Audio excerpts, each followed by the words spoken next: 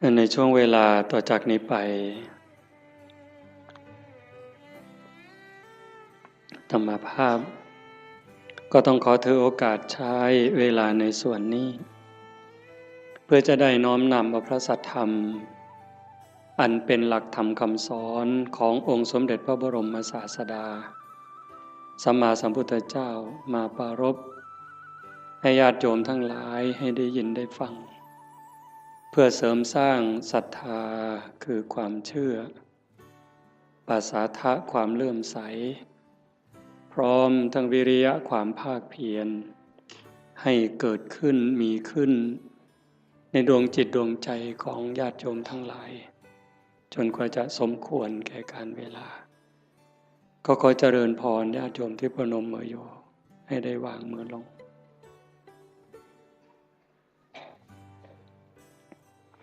วางมือไว้บนตักนั่งเจริญสมาธิภาวนาควบคู่ไปกับการฟังธรรมคิดดูอีกทีมันก็น่าใจหายวันเวลามันผ่านไปเร็วที่น่าเสียใจน่าเสียดายก็คือมันไม่ได้ผ่านไปเปล่าผ่านแล้วผ่านเลยแล้วเอาความแก่ให้เราเอาความพลัดพรากให้เราพาความตายใกล้เราเข้ามาเราผู้เป็นสัตว์ที่ยังต้องเวียนว่ายตายเกิดไม่รู้จบไม่รู้สิ้นเราก็ยังเผลอเราก็ยังมัวประมาทเหมือนกับว่าเราจะไม่ตายหรือบางคนก็เชื่อว่าตายแต่คิดว่าตายแล้วคงจบหรือยังไงในขณะที่เราหัวเราะสนุกสนานรู้หรือไม่ว่าความตายก็ไม่ได้ปล่อยโอกาสความแก่ก็ไม่ได้ปล่อยให้เราผ่านไปขณะเรากินเราเล่นเราสนุกสนานความแก่ความเจ็บความตายเขาก็ทำหน้าที่ไล่หลังเรามาตลอดเวลาแม้แต่เราทำบุญให้ทานรักษาศีลฟังธรรมเจริญภาวนาความตายความแก่ความเจ็บเขาก็ทำหน้าที่ตามปกติทั้งคนดีคนชั่วคนบุญคนบาปมหาโจรหรือพระอริยเจ้าความแก่ความเจ็บความตายเขาก็ตามหลังมาทำหน้าที่โดยปกติไม่ได้สนใจว่าใครจะเป็นใครแต่ที่องค์สมเด็จพระบรมศาสดาสัมมาสัมพุทธเจ้าสรรเสริญยกย่องให้คุณให้ค่าก็ตรงที่บุคคลนั้นเป็นผู้ไม่ประมาทเราอาจจะมีความสนุกจริงได้กินได้เล่นได้ร้องได้รำได้สนุกสนานเราก็จะเข้าใจว่ามันเป็นความสุขแต่ลึกๆมันมีความรุ่มร้อนเผาลนอยู่ชีวิตชนิดนี้เนี่ยเป็นชีวิตที่ขาดทุนต่อให้มีเงินเป็นหมื่นล้านแสนล้านมีอำนาจล้นฟ้าล้นแผ่นดินมีคนนับถือทั้งโลกแต่ถ้าหากนึกถึงการกระทำของตนเองเมื่อไหร่มีความรู้สึกว่าไม่สบายใจแม้จะมีอำนาจไม่กลัวใครแต่กลัวเขารู้ไม่ได้กลัวเขาจับติดคุกติดตารางหรือเขาจะดูหมิ่นดูแคลนเขาจะเอาไปทำอะไรไม่ได้กลัวตรงนั้นแต่กลัวเขารู้เท่านั้นความสุขก็หายแล้วแม้จะขู่ด้วยสายตาขู่ด้วยคำพูดคนที่รู้เรื่องของเราก็กลัวจนหำหดแต่ตนเองก็กลัวยมบาลจะรู้อยู่เองชนิดนี้แล้วมันหาความสุขไม่เจอความสุขสงบร่มเย็นจริงๆไม่ได้ตรงกันข้าม ต่อให้ยากจนข้นแค้นหูหนวกตาบอดขอทานเลี้ยงชีวิตหากพิจารณาดูแล้วคำพูดความคิดการกระทำของตัวเองนึกถึงทีไรแล้วชื่นใจอิ่มใจภูมิใจสบายใจยิ่งคนรู้คนก็จะมีความสุขตามจะมีความภาคภูมิใจด้วยนั่นแหละเป็นความสุขจริงๆแม้บุคคลพวกนั้นจะตาบอดหูหนวกขอทานเลี้ยงชีวิตแต่นั่นคือเศรษฐีนั่นคือคนรวยรวยบุญรวยกุศลวันนี้เป็นวันฟังธรรมวันธรรมสวนะแต่มาว่าคนไม่มีบุญเนี่ยก็จะไม่มีโอกาสมาร่วมงานบุญแบบนี้ไม่สนใจไม่ใส่ใจฉะนั้นเราท่านทั้งหลายโอกาสที่เราได้เกิดมาเป็นมนุษย์ได้มาพบพระพุทธศาสนาแล้วเราจะปล่อยให้วันเวลามันผ่านไปโดยไร้ประโยชน์ได้อย่างไรเพราะเราไม่แน่ใจไม่มั่นใจเลยว่าถ้าเราสิ้นลมลงไปจากชีวิตนี้แล้วเมื่อกายกับจิตแยกทางกันเดินเราจะไปไหนโยมมั่นใจหรือยังวางใจได้หรือยังว่าเราจะไปไหนถ้าโยมถามอาตมาล่ะพระอาจารย์มั่นใจรู้ทางไปหรือยังอาตมารู้ว่าอาตมาไม่ปลอดภัยโอกาสที่จะร่วงลงสู่อบายนั้นมีสูงมากอันนี้พูดเรื่องจริงเลยเนี่ยโอกาสที่อาตมาจะต้องตกนรกนั่นก็สูง100%โอกาสที่จะไปเป็นเปรตไปเกิดอสุรกายไปเกิดเป็นสัตว์เดรัจฉานก็100%นั่นเพราะอะไรเพราะการบ่มจิตบ่มใจนั้นยังไม่ถึงขั้นบางครั้งจิตยังวุ่นวายใจยังสับสนบอกว่าอย่าคิดมันก็ยังคิดเวลานั่งเจริญภาวนาให้อยู่กับลมหายใจมันก็ได้แค่รอบหรือแค่ครั้งเดียวหายใจเข้ายังไม่ได้หายใจออกเลยมันก็คิดเรื่องนู้นหายใจออกยังไม่ได้เข้ามันก็ไปคิดเรื่องนั้นดีบ้างไม่ดีบ้าง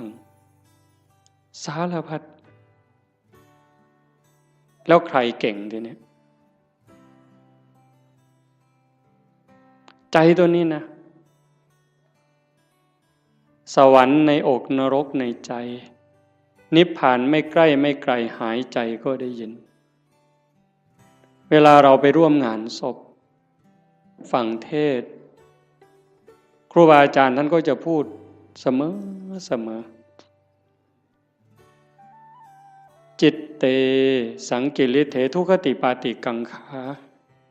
เมื่อจิตเศร้าหมองแล้วทุกขติก็ย่อมเป็นอันหวังนั่นคำว่าเศร้าหมองมันไม่ถึงกับสกปรกเด้โยมฟังดีๆนี่นั่งหลับตาฟังดีๆคิดตามคำว่าเศร้าหมองนี่ยังไม่ถึงกับสกปรกจนน่าเกลียดเด้ถ้วยชามเราล้างอย่างดีใส่ตู้กับข้าว5 วัน10 วันผ่านไปถ้าเราจะใช้ใหม่เนี่ยโยมยังต้องล้างเพราะฝุ่นละเอียดมันเข้าไปจับแล้วถ้ายิ่งเป็นเดือนเนี่ยเรามือไปขีดดูก็จะเป็นรอยในจานนั้นแต่มันไม่ได้สกปรกเกอะกรังน้ำแกงน้ำข้าวน้ำพริกไม่ได้เกี่ยวถึงขนาดนั้น เชื้อราก็ยังไม่เกิดแต่มันเป็นฝุ่นเข้ามาจับจิตใจเราก็เหมือนกันถ้ามันยังหงุดหงิดยังขุ่นเคืองคนพูดไม่ใช่ว่าไม่ถูกหูหรอกมันเพียงแค่เกิดปฏิฆะขุ่นเคืองเท่านั้นจิตก็เศร้าหมองถ้ามันเกิดบ่อยมันก็จะพัฒนาการจากความหงุดหงิดธรรมดาเป็นความขุ่นเคืองหนักขึ้นจนเป็นความโกรธเป็นอาฆาตพยาบาทตามมาถ้าไม่รีบรักษามันยิ่งกว่ามะเร็งอีกเห็นไหมความโลภก็เหมือนกันความโกรธก็เหมือนกันความอิจฉาริษยาก็เหมือนกันเรื่องกิเลสราคะพวกเหล่านี้นิวรณ์เครื่องกั้นกามราคะเห็นไหมยิ่งปัจจุบันเนี่ยจิตใจคนไหลลงต่ำเรื่องผัวเรื่องเมียเรื่องเพศกามารมณ์เนี่ยมันกัดกินใจคนเนี่ยไม่รู้หนุ่มรู้แก่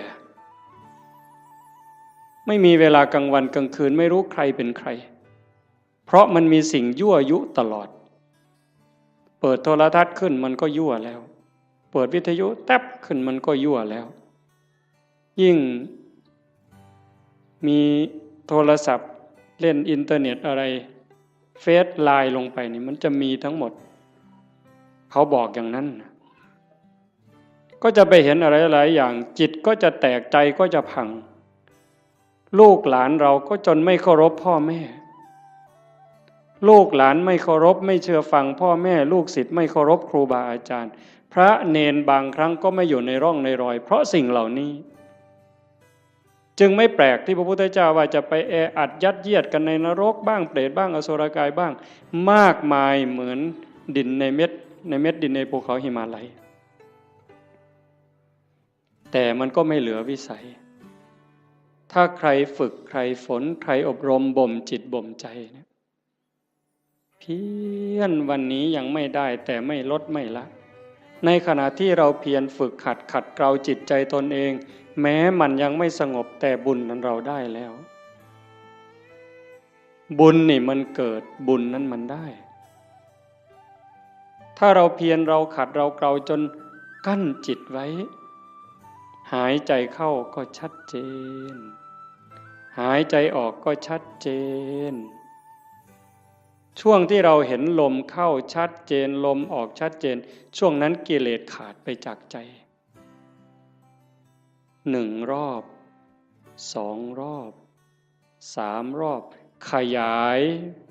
ยืดเวลาให้มันมากขึ้น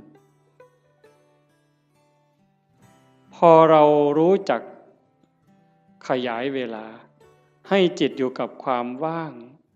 จากความยึดมั่นหมายแห่งความเป็นตัวตนได้มันจะพัฒนาไปเรื่อยพรากเวทนาเวลาตาเห็นหูได้ยินจมูกได้กลิ่นลิ้นได้รสกายสัมผัสใจนึกคิดแล้วเราไม่ดึงเข้ามาเป็นเจ้าข้าวเจ้าของรู้แล้วก็ปล่อยมันเป็นเรื่องของธรรมชาติกลับมาอยู่กับอารมณ์ขององค์พระกรรมฐานไว้เรื่อยๆถ้าเราทำได้อย่างนี้บ่อยๆนั่นเก่งแล้วแกร่งแล้วถ้าเรารักษาจิตสภาพนี้ไว้ได้ในขณะเป็นอยู่ในขณะเจ็บป่วยหรือขณะใกล้ตายจิตเราก็จะไปอีกทางหนึ่งจิตเตอสังกิริเถสุขติปาติกังขาเมื่อจิตไม่เศร้าหมองแล้วสุขติก็ย่อมเป็นที่หวัง เรื่องนี้มันอาจจะฟังยากไม่สนุกฟังแบบหนึ่งมันไม่สนุกเลยแต่ถ้าคนรักตนเองล่ะถ้าคนที่รักตนเองสงสารตนเองห่วงใยตนเอง ห่วงใยจิตวิญญาณตนเองนี่ฟังเรื่องนี้นี่มันจะสนุกมากมันจะดูดไปเลยฟังแล้วสนุกอยากติดตามอยากทำความเข้าใจมันจะติดตาม แต่ติดตามเฉยๆมันก็จะไม่รู้ถ้าเราฝึกด้วยอย่างตอนนี้เนี่ยเอาคนที่พอสู้ได้เด้ยืดตัวตรงๆหายใจเข้ายาวๆลึกๆทำใจสบายๆปล่อยลมยาวๆสบายๆไม่กดไม่เกร็งพยายามตามเข้าตามออกหรือดูที่จุดลมกระทบถ้ามันเห็นอย่างนั้นความอิ่มใจมันจะเกิดวันหนึ่งสองสามวันนี้ยังไม่เท่าไหร่ถ้าเราทำไปเรื่อยๆผ่านวันที่สามผ่านวันที่สี่น้ำตาเริ่มมีนึกอะไรน้ำตาก็จะไหลมีความทุกข์ความวิตกกังวลพอน้อมจิตมาดูลมให้แนบสนิทสติดูที่จุดลมกระทบแนบสนิทลากลมละเอียดเข้ายาวออกยาวความรู้สึกเป็นสุขอิ่มเอิบใจมันก็เกิดมาอันนี้ยังไม่ใช่วิเศษวิโสอะไรหรอกเป็นเรื่องธรรมดาถ้าเราทำไปเรื่อยๆกลั่นจิตกลั่นใจของเราอย่างนี้บุญนั่นมันมากกว่าทอดกฐินเป็น800 ล้านไม่ต้องลงทุนลงแรงเลยนะบุญนี่มันต้องใช้ทุนใช้เงินใช้ทองอยู่ในบางเรื่องทานเนี่ยแต่ว่าการยกจิตยกใจเนี่ยมันไม่ได้ใช้อาศัยบ้างนิดหน่อยการให้ทานเป็นเพียงแค่เครื่องประดับจิตประดับใจให้จิตใจได้อิ่มเอิบได้เป็นเครื่องหมายแต่ถ้าเราทานตัวนี้บริจาคความโกรธบริจาคความหงุดหงิดขุ่นเคืองความเห็นแก่เนื้อแก่ตัวความรู้จักเอารัดเอาเปรียบเนี่ยพยายามสลัดสิ่งนี้ออกไปให้ทานความสะดวกสบายออกไปฝึกฝนอบรมตนพอเราทำอย่างนี้บ่อยๆมันจะได้ติดในองค์อาตมารับประกันเลยนะรับประกันแม้เราจะทุกข์จะยากจะเหน็ดจะเหนื่อยปวดหลังปวดเอวปวดแข้งปวดขาก็เถอะเมื่อเราเพียรทำเข้ามันจะรู้สึกชอบรู้สึกยินดีรู้สึกพอใจแม้บางครั้งที่เราเผลอพอมันทำจนชินบ้างแล้วเวลาเราเผลอมันลักมาอยู่กับลมหายใจความรู้สึกตัวสติสัมปชัญญะลักมาอยู่กับลมหายใจเหมือนกับตอนแรกๆเราฝึกกำลังเดินจงกรมกำลังนั่งสมาธิมันลักไปอยู่กับลูกกับหลาน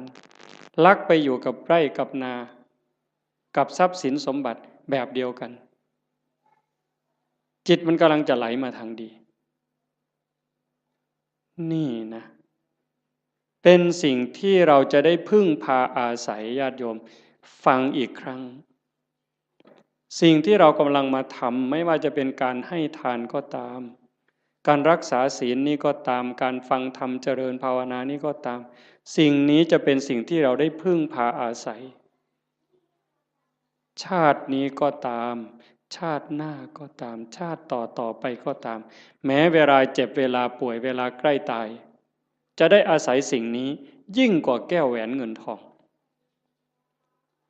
แก้วแหวนเงินทองลูกหลานสามีภรรยาจะมีมากมายมียศมีตำแหน่งยิ่งใหญ่ขนาดไหนถึงเวลาเราเจ็บไข้โยมไปดูเถอะอยู่ในหมู่บ้านก็ตามโรงพยาบาลก็ตามถึงคราวเจ็บป่วยหนักเข้าจริงๆเนี่ยคนจะรักเราจะเป็นสามีภรรยาเป็นลูกเป็นหลานเป็นพ่อแม่พี่น้องเพื่อนสนิทมิตรสหายเขาก็ช่วยไม่ได้แบ่งเจ็บไม่ได้แบ่งป่วยไม่ได้ผ่าตัดแทนไม่ได้กินยาแทนไม่ได้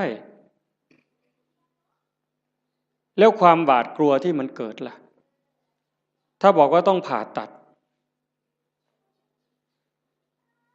หวาดกลัวไหมกลัวมีดหมอไหม กลัวจะสลบไม่ฟื้นไหมใครแบ่งล่ะพ่อแม่พี่น้องสามีภรรยาเพื่อนพ้องก็เพียงแค่ให้กำลังใจใจดีๆไม่เป็นไรหรอกเขาก็พูดได้เพียงแค่นั้นแต่ถ้าถามว่าถ้าเป็นเขาล่ะก็ไม่ได้ต่างจากเราหากเราฝึกจิตฝึกใจให้มันมีความมั่นคงเนี่ยทำจิตให้มันเกิดความมั่นคงมันไม่หวั่นไม่ไหวตรงนี้นี่ได้เปรียบตายก็ไม่ว่าเป็นอย่างนั้นจริงๆไงโยมเวลาที่เราฝึกสติฝึกสมาธิได้เกิดความมั่นคงมันจะไม่กลัวยิ่งเราทำบุญไปบ่อยๆบ่มบุญบารมีไปเรื่อยๆอันนี้เป็นทุนอยู่แล้วแต่ตัวที่เราฝึกจิตฝึกใจให้เกิดความมั่นคงไม่หวั่นไม่ไหวอันนี้จะหนุนสูงที่สุด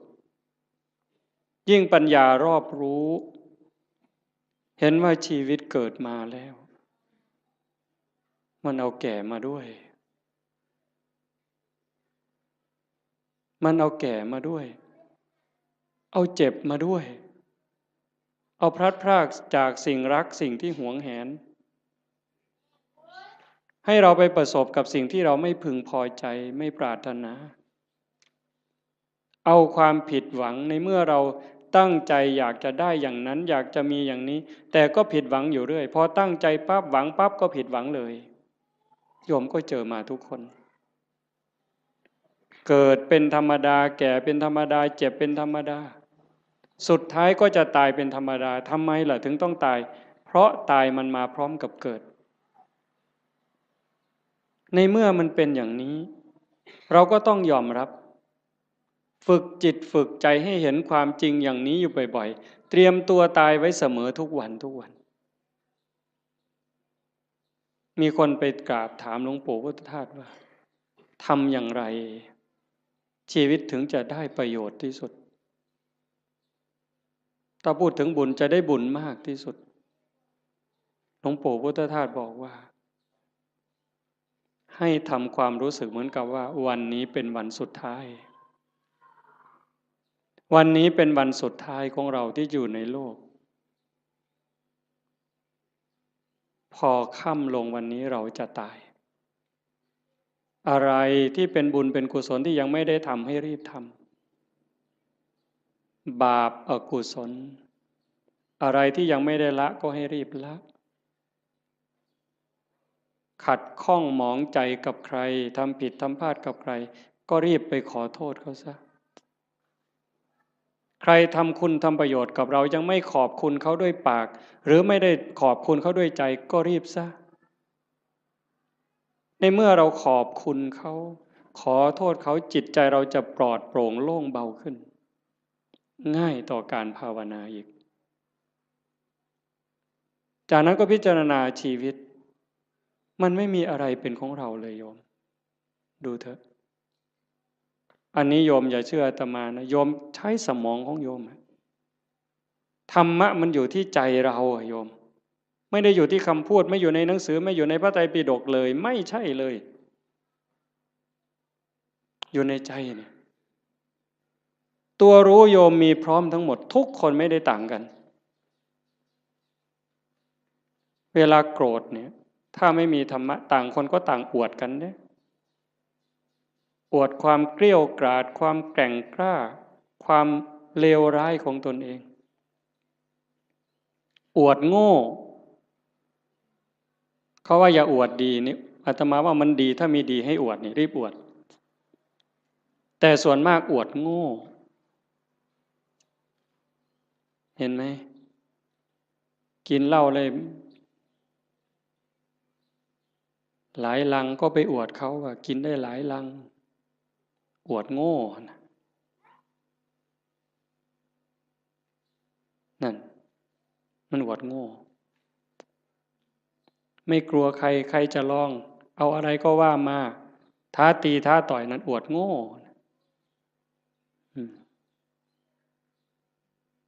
แล้วทำไมว่านั่งสมาธิได้3 วัน ไม่ขยับเลยมาแข่งกันไหมเนี่ยทำไมไม่มีใครคุยตัวนี้แต่เรื่องกินเหล้าเรื่องเล่นการพนันเรื่องเจ้าชู้ซ้ำซ้อนเรื่องลักเรื่องขโมยเอามาอวดคุยกัน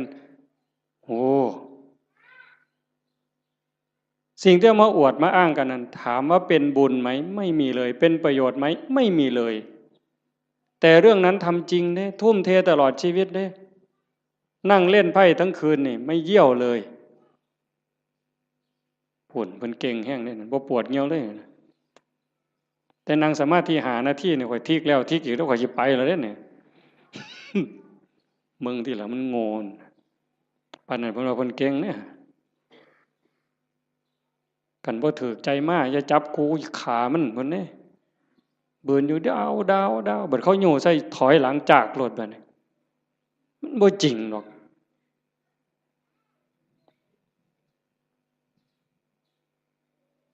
แต่เวลาทำคุณงามความดีนี่โอ้ยบ่คักไม่ใหญ่บ่คักเพิ่นเด้เพียรในการประพฤติปฏิบัตินี้ก็ไม่เท่าไหร่แต่ก็ยังดีเรามาขนาดนี้ก็ให้เราเข้าใจว่าเรากำลังเก็บเกี่ยวสัมภารธรรมค่อยๆเก็บค่อยๆตำเก็บกรรมเพิ่มเติมทีละนิดทีละหน่อยอย่าสนุกสนานมากหัดพรากด้วยดิหัดพรากจากลูกจากหลานบ้างเบิ่งจังหนึ่งก็เป็นตะลุโตนย่ายอยู่ดอกกันบ่ไปออเซาะเลี้ยงหลานก็ย่านเขาบ่ให้กินก็ทำท่าหักลูกเขาไปซั่นละพอเขาให้อยู่นำที่จริงนี่เขาเห็นหมู่เจ้าหมดประโยชน์แต่โดนแล้วได้หมู่เจ้าฮู้บ่เด้ท่านฮู้โตบ่ว่าเขาว่าหมู่เจ้าเป็นคนบ่มีประโยชน์แล้วเด้ซุมื้อใครแน่แต่ครูบาได้พอได้ย่องหมู่เจ้านี่พอได้กินข้าวนำมื้อซื่อเด้คันลองหมู่เจ้าจังหันบ่ได้โลดครูบาก็บ่เบิ่งหมู่เจ้าพอตายคือกันนี่หิฟ้าวเฮ็ดบุญฟ้าวภาวนาลงวัดลงว่าเอาจริงเอาจังมันสิมีเวลาอีกจักมื้อเจ้าว่าอีกจักหน่อยก็ออกพรรษาแล้วอีก7มื้อนึงลมวีมันนี่ไทจำบีก็ออกเที่ยวซั่นเด้เพิ่นว่าลมวีไทจำบีออกเที่ยวจักสิไปไสแล้วไทจำบีก็ได้ผู้สิตายแน่นี่ล่ะหาเลิกหายามแล้วเพิ่นสิสึกเพิ่นสิไปรวยเพราะปันเก่าหั่นล่ะมันสิได้พอ3มื้อบ่หัวตีดินคือเก่ายังมาคุยตัวเว้ยสิสึกเป็นเลี้ยงแม่บ่มีผู้อยู่นำพ่อนำแม่เพิ่นเอาคือดอกโอ้ยบ่เห็นกลุ่มมือจักหลายออกไปปั๊บศพอยู่แก่คันหัวพุ่นบ่พอข้าวตีกันแล้วบักทิศนั่นเพิ่นว่าแม่ยากอีกบัดนี้ไปเว้าคว่ำไปเสียค่าเหล้าให้มันบักทิศทิศมาจากคำว่าบัณฑิตผู้ฮู้ผู้ฉลาดฮู้ดีฮู้ชั่วหมดแล้วเป็นยังไปฆ่ากันตีกันให้แม่ยากแว้งให้แม่ไปเสียค่าเหล้ามันปลอมบวชมันจะ3ศาสตร์พุ่นครูบาเขียวเจ้าของมันหูดำหูแดงมึงนะเพราะว่าโอกาสที่จะอยู่ในสภาพเช่นนี้เวลาที่จะเก็บเกี่ยวบุญกุศลฝึกตนเองแบบนี้มันไม่มีจะหมดโอ้ว่าแล้วก็เรื่องหนึ่งเด้อยายเด้อจะว่าเรื่องดีก็ดีเด้เรื่องน่าสลดใจก็น่าสลดใจแต่ทุกอย่างมันมีคู่ในความชั่วก็มีความดีในความรู้สึกสลดใจก็มีความภาคภูมิใจอยู่ในนั้นตอนนี้สามเณรทางจังหวัดศรีสะเกษ19สามเณรในโรงเรียนนี่แหละเพราะมันป่านนั่นนี่ยังเป็นของจริงอย่าไปเห็นเราเด้อปล่อยแล้วกันสุดยอดแล้วนะ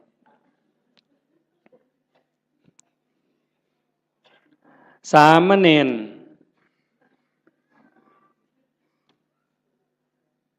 เห็นญาติโยมไปจำศีลเนี่ยฟังดีๆได้เรื่องนี้นะ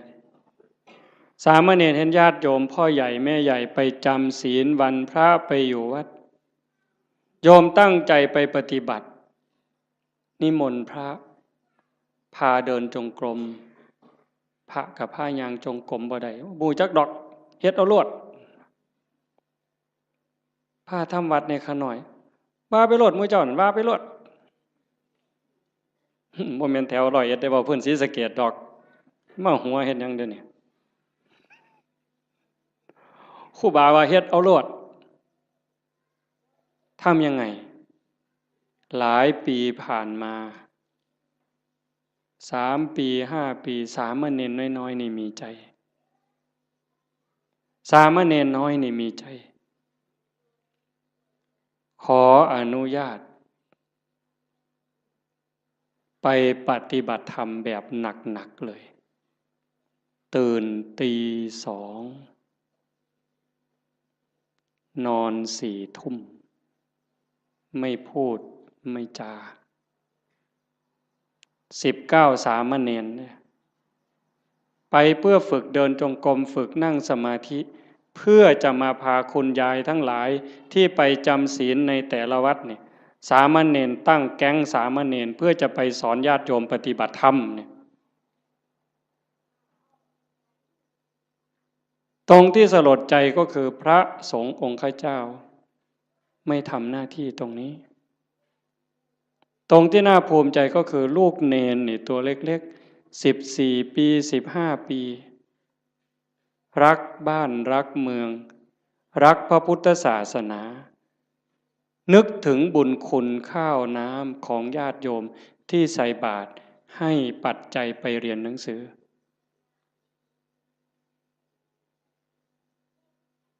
เหตุการณ์นี้เกิดขึ้นแล้วอาตมาได้ยินข่าวอาตมาก็จะสนับสนุนเต็มกำลังเลยตัวเนี้ยฉะนั้นญาติโยมโอกาสที่เราจะมีโอกาสมาร่วมกันฟังธรรมประพฤติปฏิบัติมีครูบาอาจารย์ที่ชักชวนวิงวอนขอร้องให้เราทำอย่างนี้ไม่ใช่เรื่องง่ายเป็นเรื่องที่หายากที่สุดในเมื่อเราได้แล้วมีแล้วพบแล้วเจอแล้วอย่าปล่อยให้มันผ่านไปเปล่าให้เราได้ตั้งใจฝึกฝนอบรมบ่มจิตบ่มใจตนเองอย่าไปเสียดายอย่าไปอาลัยกับความสุขความสบายแบบโลกมากนักอย่าไปอยากร่ำอยากรวยถ้าจะรวยมันก็รวยแล้วเฮ็ดมาตั้งแต่หัวทอบักแข่งหมดตั้งแต่เป็นบ่าวเป็นสาวก็เฮ็ดมาเต็มกำลังแต่งการแต่งงานมีขอบมีขั้วก็หัวหม่นก้นซุบปากกัดตีนยันบาแบกหลังหนุนคำบ่ได้ยืนขึ้นบ่ได้อยู่ปานนั่นมันก็บ่พออยู่พอกินบัดหัวงอกก่อนซ่อนเราสิหวังรวยนี่โอ้ย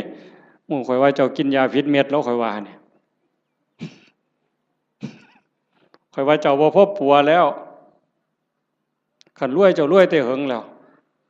สิมารวยเอามือนี่มันบ่แม่นแล้วล่ะพี่ภาษาถามล่ะยามใดเท่านั้นสิมาแม่นบ่ยายได้ยินบ่ย่างผ่านเมียนมายายมื้อเอิ้นใส่บ่ยายเย็นมาหลายมื้อแล้วตัวบ่ว่าตัวฝ้าวเขามันมีอีหยังเป็นของเฮาเนี่ยก็คิดเบิ่งดีๆอีหยังที่เฮาควรอยากได้หลายๆบอกแนวนี้บ่แม่นให้ขี้คร้านเด้อโอ้ยฟังเทศน์แล้วเป็นนี่กูนอนซะดอกเพิ่นสิว่าก็บ่แม่นอีกแนวนั้นเฮ็ดตามสมควรตามกำลังให้มันได้พระพุทธเจ้าเพิ่นบ่สอนให้ขี้คร้านขยันแฮงแต่ดีแต่ว่าให้ฮู้ว่าสิ่งเหล่านี้เนี่ยเป็นสมบัติของโลกบ่โดน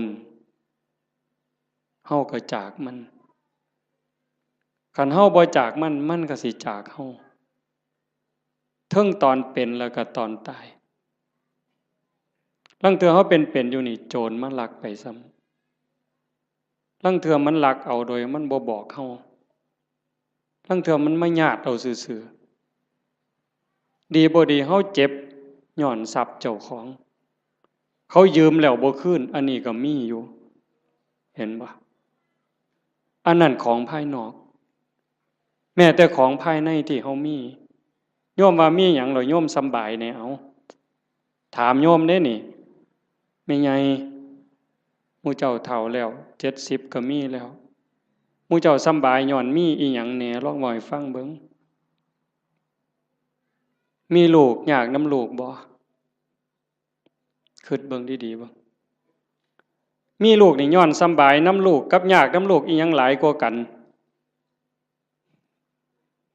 ตอบแบบถูกต้องเด้เจ้าอย่าหาวเด้อย่ามาเว้าเอาใจอาตมาเด้เอาใจเจ้าของมีหลานระวังภูมิใจดีใจกับหลานกับยากน้ำหลานนี่อันใดหลายกว่ากันมีมีหน้าดีใจน้ำหน้าภูมิใจสำบายย้อนมีหน้ากับยากน้ำมีหน้าอีหยังหลายกว่ากันเอาเว้าเนี่ยเฮาอยากได้นี่มีรถแล้วนี่ยากน้ำรถกับสำบายน้ำรถนี่อันใดหลายกว่ากันจักหน่อยมันก็ว่าน้ำมันหมดน้ำมันเชื้อเพลิงหมดน้ำมันเครื่องหมดยางเหี่ยนเบรกบ่ดีไฟบ่ออกแต่บ่ดังตำรวจจับเอาที่ไรเจ้าบ่ต้องบอกไปส้นไปขวมนี่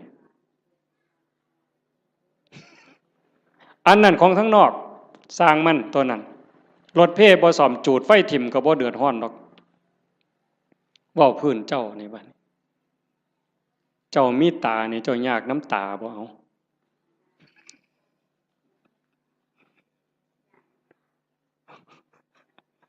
บ่ทันว่าไปฮอดขาดอกว่าซ้ำตานี่เอายากน้ำมันบ่นี่มีผมนี่จะว่ายากน้ำผมนี่ซ้ำใดเจ้าว่าตั้งแต่เจ้าเกิดมาตั้งแต่โกนผมไฟตั้งแต่ตัดมาแต่ฮอดพุ่นตั้งแต่พุ่นจนฮอดพี่หมดจักแสนเหรอค่าตัดผมเนี่ยค่าตัดค่าย้อมมันนี่หมดไปจักแสนผู้บางคนผมยื้อผมซื้อกับเฮ็ดให้มันหยองเอาลองเบิ่งเจ้าเอาผู้หยองกับเฮ็ดให้มันซื้อเอาลองเบิ่งบ้าบ่พอปัวเนี่ยเอามันยาวก็ไปตัดให้มันสั่นผู้สั่นไปต่อเอาลองเบิ่งเจ้าผู้ผมดำก็ไปย้อมผมแดงเอาลองลองเบิ่งยากสำาใดนี่ย้ำผมนี่เอาหวยบ่ต้องบอกถึงมันเป็นรังแค่บ่ต้องบอกถึงกับสากับล่างได้นี่ซ้ำยากน้ำสียากน้ำหวีมันนี่ก็พอแห้งแล้ว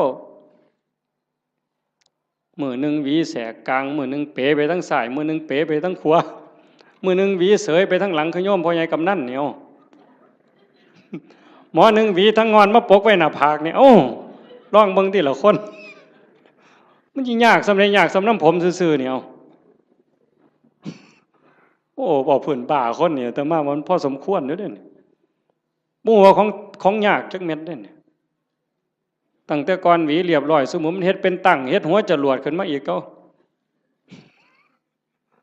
เทื่อมันสิเฮ็ดได้ไม่ใหญ่อันนี้พื้นผมเนี่ยตาก็ยากน้ำตา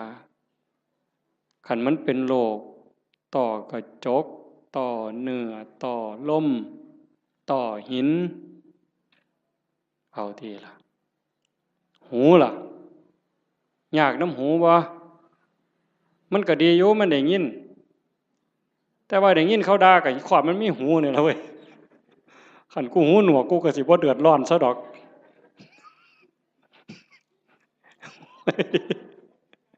มึงติล่ะว่ามันดีบนไหนล่ะพุทธเจ้าว่าบ่เนี่ยพระพุทธเจ้าเพิ่นสอนกรรมฐานนี่หลวงพ่อเจ้าคณะอำเภอหลวงพ่อเจ้าคณะตำบลเป็นอุปชฌาย์พร้อมบวชเนียนก็ตามเลยเพิ่นเฮียนกรรมฐานเกษาผมทั้งหลาย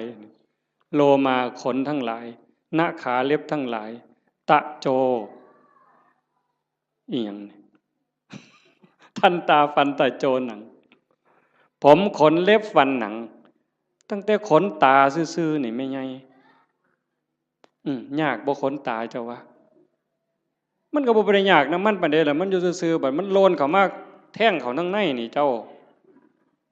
โอ้ยกูมาคือละงนหวยคักแต่น้อบัดนี้เนาะขนตาซื่อๆนี่ได้นี่บ่พอล้มพอตายแต่มันหันหนหวยเนาะแขวบาดนี้เอาผมขนเล็บเอาเล็บก่อนตัดมาหลายปานใดนี่เล็บหมดมีดจักดวงขูดไปเท่าใดอันนี้ง่ายๆได้แบบครูบาตัดทิ่มแล้วกันแล้วแต่คันของไม่ออกได้บัดนี้ซุมื้อนี้ย้อมสีซื่อๆก็บ่พอจักเอาหยังมาแต้มอีกบัดนี้โอ้ยแต่งเล็บเทื่อนึงนี่ซื้อปุ๋ยได้3กระสอบแม่ใหญ่บ้าบ่จะว่าหั่น จักเล็บมือเล็บตีนเนี่ยอันนี้กรรมฐานในพระพุทธเจ้าให้เฮียนเด้เล็บตีนผู้บางคนก็ตัดเองบ่ได้ไปให้เขาตัดให้อันไข้อยู่ค่ะมันบ่เจ็บบ่ปวดสมัยนี้บ่มีผู้ใดเป็นเล็บตีนสักปานใดติเนาะจักสิว่าปวดจักสิว่าคันจักสิว่าเจ็บเหม็นก็เหม็นเว้ยแต่ว่ากีมแล้วเพิ่นบ่ถิ่มเด้อล่ะเป็นอยู่บ่ทั้ง101นี่กีมเล็บตีนเน่ามาดมนึงโอ้ยข่อยว่าพ่อไปถิ่มหมดทุกคนนั่นล่ะเว้ยบ้าใหญ่อยู่เด้นี่คันว่าเจ้าของดีหมดได้ไผก็ได้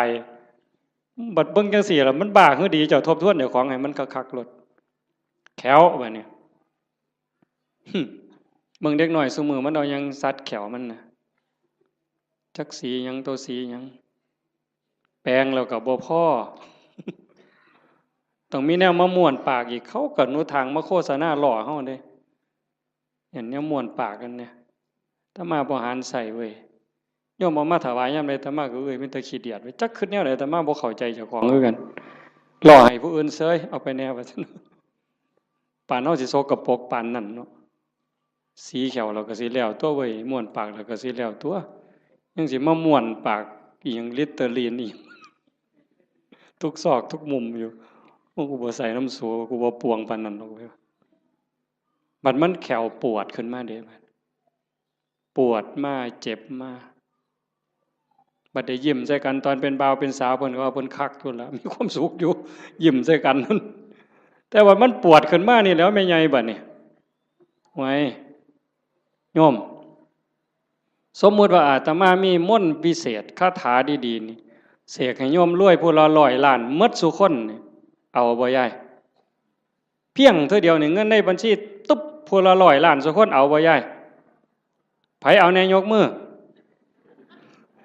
แต่ว่ามีข้อแม่เจ้าต้องปวดแขวตลอดชาติเอาบ่ยายเอาเสียเงิน100 ล้านไปปัวปวดแขวบ่ให้เศร้าเด้คาถานี่ต้นตายเด้บ่เอาเห็นบ่หนังล่ะบัดนี้นี่คือกรรมฐานที่พระพุทธเจ้าเพิ่นให้เฮียนได้อุปชาทุกองค์บวชเน้นบวชพระต้องให้เฮียนปัญจกะกรรมฐานหนังออนซ่อนหนังกันนี้ได้คนเนาะไม่ออกคันผู้ใดบุญหลาย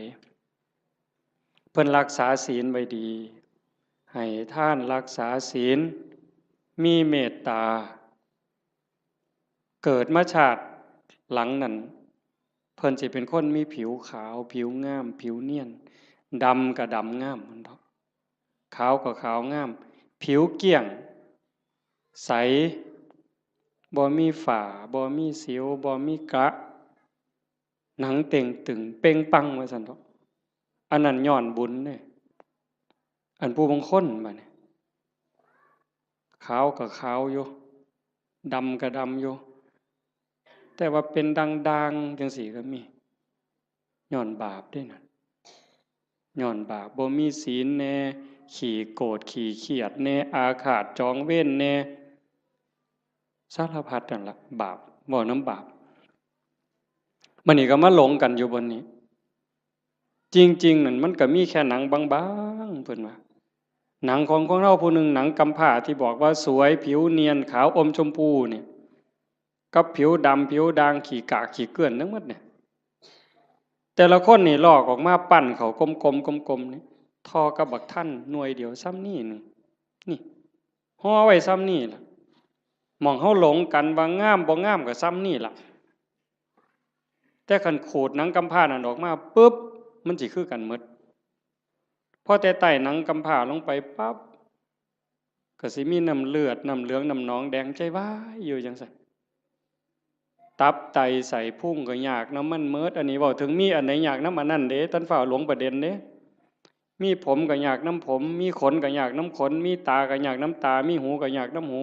แขวก็ยากน้ำแขวแปลงฟันตั้งแต่เกิดมาจนหอดมื้อนี้เป็นตาอิ่มเป็นตาเบื่อบ่เจ้าว่าอาบน้ำล้างหนังนี่ก็ตั้งแต่ไตมาล่ะก็ยังบ่ทันแล้วอยู่เด้จนก็เอาน้ำร้อนล้างเทื่อสุดท้ายมันยังจบบ่ได้ล้างเองดอกตอนนั้นก็ล้างให้จังสิเศร้ามีตับก็ยากน้ำตับยากบ่อันเฮาบ่ทันว่าเป็นโรคตับนี่เฮาบ่งึดน้ำมันปานใดเด้แต่คันเขาว่าเป็นโรคปั๊บยากล่ะมีไตยากน้ำไตมีปอดยากน้ำปอดมีอันใดยากน้ำอันนั้นสุดท้ายก็ย้อนมีชีวิตก็จังได้ยากพระพุทธศาสนาเพิ่นสอนบ่ให้เกิดคันบ่เกิดซะอย่างเดียวจบปัญหาที่เฮาต้องมาทุกข์มายากมาลำบากลำบนมาเกิดมาแก่มาเจ็บมาตายนี่ย้อนมันมีเกิดเฮ็ดจังไดจังสิบ่ได้เกิดเฮ็ดตามคำสอนพระพุทธเจ้าก็เริ่มต้นจากการละบาปซะก่อนละบาปบ่ทำบาปด้วยกายวาจาใจแล้วก็ทำบุญกุศลให้หลายๆทำบุญด้วยกายด้วยวาจาด้วยใจให้ทานรักษาศีลเจริญภาวนาฟังเทศน์ฟังธรรมอ่อนน้อมถ่อมตนเพื่อเฮ็ดอยู่จังซี่เพียรประพฤติปฏิบัติขัดเกลาเจ้าของเฮ็ดบุญกุศลให้ได้หลายแล้วก็ฝึกชำระจิตชำระใจให้มันสะอาดบริสุทธิ์เฮ็ดหยังลงไปแล้วให้มันผ่านไปได้บ่คันบ่ภาวนานี่จบเลยบัดนี้ตรงนี้ใส่เวลาอีกจักนิดนึงสะจิตตะปริโยทปนังชำระจิตให้ขาวรอบจากการละบาปมาบำเพ็ญบุญกุศลให้หลายๆเป็นเครื่องรอเลี้ยงเป็นเครื่องจูงจิตจูงใจยกจิตยกใจแล้วมาว่างฝึกปล่อยฝึกว่างโดยเฉพาะเจริญพระกรรมฐานหัดให้กายกับใจทำงานอันเดียวกันเมื่อกายกับใจทำหน้าที่อันเดียวกันอยู่ในอารมณ์ปัจจุบันหรือปัจจุบันธรรมเนี่ยจิตเราจะวางจากอารมณ์ข้างนอกธรรมะเป็นอากาลิโกปฏิบัติได้ให้ผลได้ไม่จำกัดการนี่คือความพิเศษพุทธศาสนาไม่มีเสื่อมไม่เคยเสื่อมแล้วก็จะไม่เสื่อมให้ผลตลอดเวลาอากาลิโกปฏิบัติได้ให้ผลได้ไม่จำกัดการสันทิฏฐิโกเป็นสิ่งที่ผู้ศึกษาและปฏิบัติจะพึงเห็นได้ด้วยตนเองผู้ศึกษาและปฏิบัติจะพึงเห็นได้ด้วยตนเองสันทิฏฐิโกเป็นสิ่งที่ผู้ศึกษาปฏิบัติพึงเห็นได้ตนเองอากาลิโกปฏิบัติได้ให้ผลได้ไม่จำกัดการเอหิปัสสิโกเป็นสิ่งที่เรียกให้มาดูท้าพิสูจน์เรียกมาดูโยมก็ลองทำตอนนี้เมื่อเราหายใจเข้ายาวสบายลองดูนี่หรือจะยุบหนอพองหนอพุทโธสัมมาอรหังอะไรก็ตามคือกันเหมิดอย่าไปเถียงกันเด้อีหยังผิดอีหยังถูกอันนั้นท่านเว้าฮอดผิดฮอดถูกดอกเบื้องต้นเนี่ยมันจะคือกันหมดคือกันแต่มันสิส่งไปฮอดไสมันมีสันมีเหย้ากลัวกันอยู่ไปได้กลัวกันอยู่แต่ว่าเบื้องต้นเนี่ยมันจะคือกันหมด พียงแค่เป็นอุบายเฮ็ดให้จิตสงบให้ใจสงบมันสิคือกันพุทโธก็ตามยุบหนอพองหนอก็ตามสัมมาอรหังก็ตามหรือบ่ว่าหยังก็ตามเบิ่งแต่ลมหายใจซื่อๆอาตมาบ่ว่าหยังดอกมันขี้คร้านคันใส่ก็ใส่เสริมจักนิดนึง5 นาที10 นาทีพอได้เรื่องแล้วก็ปล่อยส่วนมากก็เบิ่งลมหายใจเข้าลมหายใจออกลองเบิ่งตัวนี้หายใจเข้ายาวสบายสบายไม่กดไม่เกร็งออกยาวสบายสบายไม่กดไม่เกร็งหายใจเข้าก็รู้หายใจออกก็รู้ลมสั้นก็รู้ลมยาวก็รู้ลมหยาบก็รู้ลมละเอียดก็รู้เฮ็ดอยู่ซ้ำนี้ล่ะเมื่อเฮาเฮ็ดไปเรื่อยๆเรื่อยๆพอใจเฮ็ดยินดีเฮ็ดสงบหรือบ่สงบบ่เกี่ยวหวังอย่างเดียวว่าเราทำเพื่อบูชาพระพุทธเจ้าถวายเป็นพุทธบูชาคิดเอาซ้ำนั้นบ่ต้องหวังดอกว่าสิไปเห็นเลขเห็นหวยเทวบุตรเทวดานรกสวรรค์สิให้ดีกว่าไผก็บ่ว่าบ่อยากให้ไผย่องซ้ำบ่งึดแต่เฮาจะเฮ็ดเพื่อถวายเป็นพุทธบูชาแต่อย่าลืมว่าทุกครั้งที่เรามีสติในปัจจุบันธรรมหายใจเข้ารู้หายใจออกรู้นั่นเป็นการพรากจิตจากอดีตพรากจิตจากอนาคตถ้าอยู่กับปัจจุบันได้นั่นคือชำระจิตอยู่ตลอดถ้าเราย้อนไปสู่อดีตปั๊บความทุกข์จะเกิดทันทีอย่าเชื่อเด้ผู้ศึกษาและปฏิบัติจะพึงเห็นได้ด้วยตนเองเด้เมื่อจิตย้อนไปสู่อดีตจะเป็นต้นเหตุทันทีจิตที่ส่งออกนอกเนี่ยเป็นสมุทัยผลที่เกิดจากจะส่งจิตออกนอกเนี่ยจะเป็นทุกข์ย้อนไปอดีตปั๊บคือเห็นตอนเป็นบ่าวเป็นสาวมือเจ้าไปเลี้ยงงัวไปจีบกันเป็นยังไงคือหอดความเก่าความหลังจิตหล่องลอยไปแล้วลังเธอก็ดีใจก็ย้อนความหลงนั่นแหละทุกข์ได้ฮะเห็นเขาบอกให้เสียใจเห็นเขานอกใจคือคนนั้นด่าคนนี้ว่าเฮาคนนั้นเอาเปรียบเฮาทุกข์อีกโกรธอาฆาตเป็นทุกข์เห็นบ่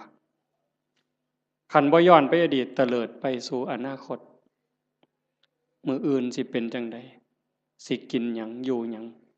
ลูกสิเป็นจังใดหลานสิเป็นจังใดทุกข์อีกล่ะวาดวิมานในอากาศหวังกระทุกข์แต่ขันอยู่กับปัจจุบันปั๊บย้อนกลับมาอยู่ในลมหายใจหรืออยู่ที่พุทโธหรือสัมมาอรหังยุบหนอพองหนอปั๊บจิตพรากจากอดีตพรากจากอนาคตมาอยู่กับปัจจุบันจิตจะมีความสงบขึ้นมาถ้าเขาทำให้มันต่อจาก1 รอบหายใจเข้ายาวรู้ออกรู้1 รอบเข้ายาวออกยาว2 รอบขันติดต่อกัน1 รอบ2 รอบ3 รอบ4 รอบเก่งเด้บ่เฮ็ดได้ง่ายปานใดเด้ลองเบิ่งนี่เอา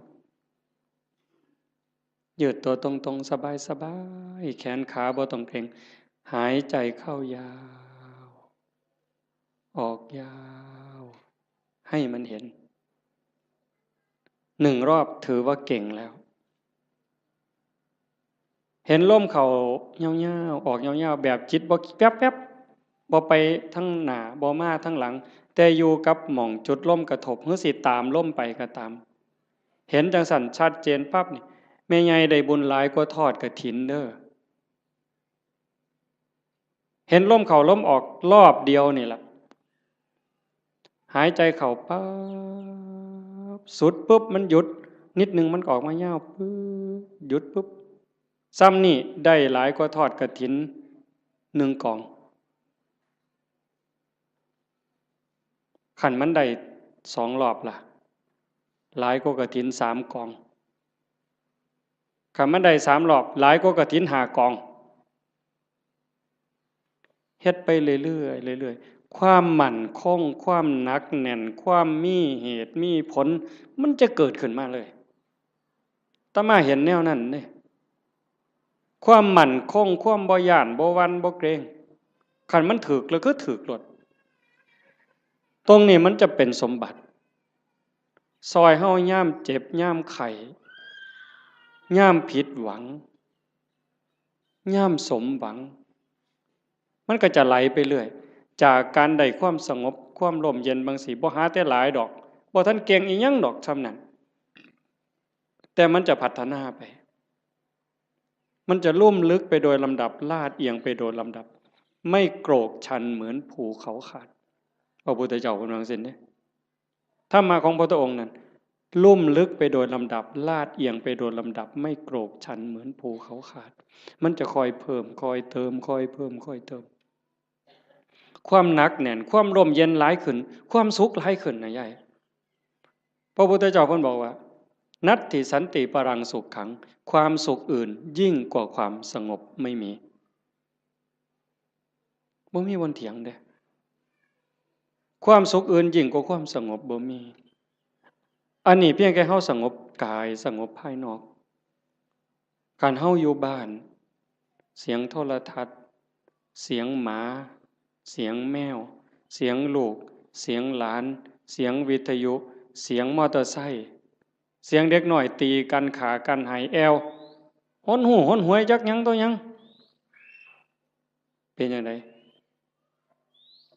บัดเฮามาอยู่วัดปุ๊บงัวก็บ่ยากหน้าก็บ่ยากหลานก็บ่ยากลูกก็บ่ยากอยู่แต่เจ้าของเป็นจังไดซ้ำนี่สำบายขึ้นอันนี้ทั้งนอกเด้ถ้าใจเฮาที่มันเคยวุ่นวายเดี๋ยวก็ไปฮักเดี๋ยวก็ไปสั่งเดี๋ยวก็อิจฉาเดี๋ยวก็น้อยใจเดี๋ยวก็ดูหมิ่นดูแค้นผู้อื่นรักโกรธเกลียดกลัวทั้งรักทั้งโกรธทั้งเกลียดทั้งกลัวทั้งย้านมันรบกวนจิตอยู่ตลอดขึ้นลงแต่คันเฮาอยู่กับลมหายใจคือพุทโธปึ๊บหายใจเข้ารู้หายใจออกรู้ปึ๊บเข้าหูออกหูเข้าหูออกหูจิตเริ่มนิ่งลงสงบลงสงบลงความอิ่มใจมันจะค่อยเกิดเอาไปเอามาพอ3 มื้อ4 มื้อ5 มื้อนั่งอยู่ซื่อๆน้ำตาก็ไหลดิไม่ออกสิเคยหลายคนเวลาตั้งใจเฮ็ดเนี่ยตั้งแต่คิดฮอดแม่คิดฮอดพ่อคิดฮอดผู้มีคุณคันเพิ่นยังอยู่ก็อยากให้เพิ่นได้เฮ็ดคิดฮอดเพิ่นอยู่ไสน้อมันเฮ็ดแทนบ่ได้เงินแสนเงินล้านก็ซื้อบ่ได้คันเพิ่นตายแฮงแต่คิดฮอดหลายเบิดเพิ่นเว้ากันบ่ฮู้เรื่องจักอยู่ไสชีวิตเฮาก็ได้มาจากเพิ่นเนาะได้อยู่ได้กินก็ย้อนเพิ่นได้เป็นขู่เป็นคนมาฮอดมื้อนี้ก็ย้อนเพิ่นสิตอบแทนแนวใดคิดไปจังซี่ก็น้ำตาพังยาวๆๆเฮ็ดจังไดบัดนี้สรุปโอ้ยเฮาก็ต้องเฮ็ดดีแล้วบัดนี้แม่ตายจากพ่อตายจากเพิ่นมาเฮ็ดนำเฮาบ่ได้ชีวิตเฮาก็เป็นของเพิ่นเฮาเฮ็ดดีเพิ่นก็ได้นำสิตั้งใจเฮ็ดดีเว้าก็ให้มันดีเป็นประโยชน์กับตนเองและผู้อื่นอันใดสิเป็นประโยชน์กับโลกกับสังคมกับประเทศชาติกับศาสนาทุ่มเทโลดบัดพ่อก็สิได้นำแม่ก็สิได้นำคนดีมันเกิดขึ้นบ่นี้โยม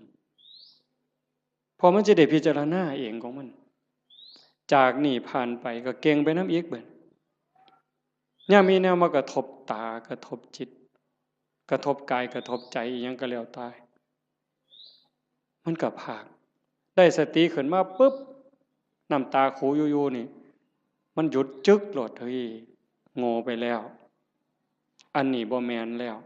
ภาคความรู้สึกนั้นออกมาเป็นจังซี่เด้ยกจิตออกมาเลยเป็นผู้เบิ่งโอ้มันเป็นเรื่องธรรมดาตัวเกิดแก่เจ็บตายเป็นธรรมดามันก็สิสอนอีกเจ้าสิมาเสียใจหยังตอนนี้ตั้งแต่ตอนเพิ่นอยู่นำเจ้าคือบ่เฮ็ดดีนำเพิ่นนอกจากผู้ที่ตายไปแล้วผู้ที่ยังได้เจ้าเฮ็ดดีจังไดกับเขาอีกเจ้าสิมาห้องไห้ขึ้นฮอดแต่ผู้ตายบัดผู้ยังเจ้าบ่เบิ่งเอาเจ้าสิเสียใจอีกที่หลังบ่นี่มันก็จะสอนมาเองเจ้าของนี่สอนเจ้าของเป็นจังซี่ได้ยายจากนั้นตาเห็นหูได้ยินจมูกได้กลิ่นลิ้นได้รสสติมันมาท่านปุ๊บเคยหักมันก็สิตัดจึดออกบ่หักเคยเป็นตาสร้างมันสิตัดจึกบ่สร้างนำบ่หักนำบ่สร้างนำบ่ยินดีนำบ่ยินหายนำมันจะอยู่กับมันอย่างเดียวฮอดกินข้าวกินน้ำแซ่บมันก็บ่แซ่บบ่แซ่บมันก็บ่แม่นบ่แซ่บ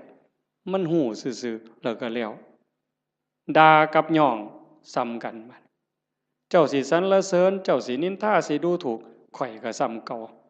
มันเข้าใจอ่ะนี่คือการยกจิตเด้อโยมบ่แม่นเฮาสิมาเอาบุญซื่อๆเด้ครูบาคือกันเด้บวชเอาบุญน่ะมันเป็นเรื่องเด็กน้อยนี่ไง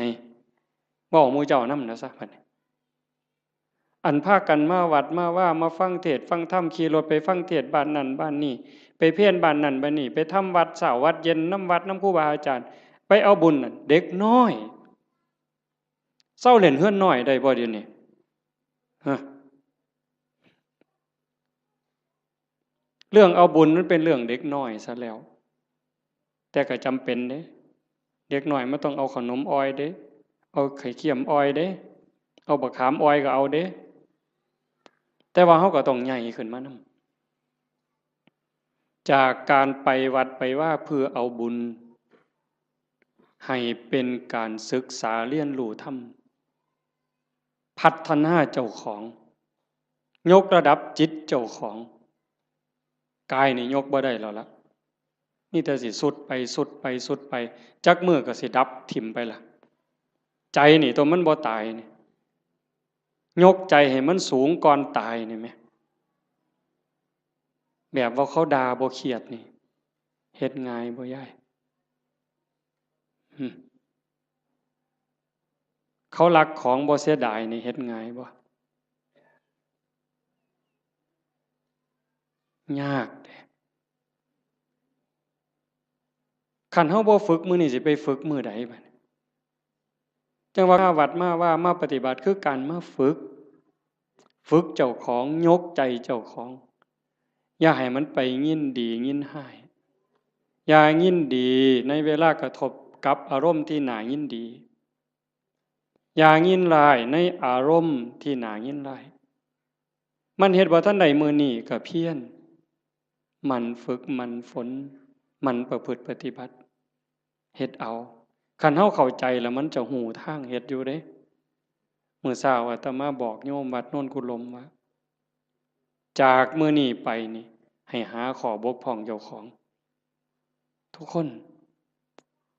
หาจุดอ่อนเจ้าของคิดพอปั๊บเขียนใส่กระดาษหน่อยไว้รถนี่เฮามีจุดอ่อนบ่นี้ขี้น้อยใจขี้โกรธคือมักย่องเจ้าของว่าเจ้าของดีกว่าเขาหลายเห็นให้มันเห็นด้วยใจเข้าใจเจ้าของเบิ่งเจ้าของให้มันคักเห็นจุดอ่อนแล้วก็แก้นั่นล่ะโยมสิดีขึ้นดีขึ้นดีขึ้นดีขึ้นให้ฮักผู้อื่นสงสารผู้อื่นเห็นใจผู้อื่นให้หลายขึ้นโอ้มันได้ขอคิดหลายอยู่ดิเบิ่งหนังพระพุทธเจ้าโยมเพิ่นเอาไปให้เบิ่งอาตมาก็ได้เบิ่งข้าวนึงเพิ่นคือดีแท้มองนี่มองประเสริฐหลายสิว่าเครียดให้คนนี่ตั้งแต่เกิดมาเราสิบ่มีจักเม็ดเลยนั่นคือน้ำใจที่เพิ่นฝึกฝนมา20อสงไขยกำไรแสนมหากัปจนลงตัวชาติสุดท้ายนี่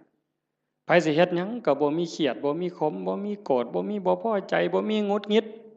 มีแต่เมตตามีแต่เห็นใจ โยมก็มีคือกันสภาพจิตนี่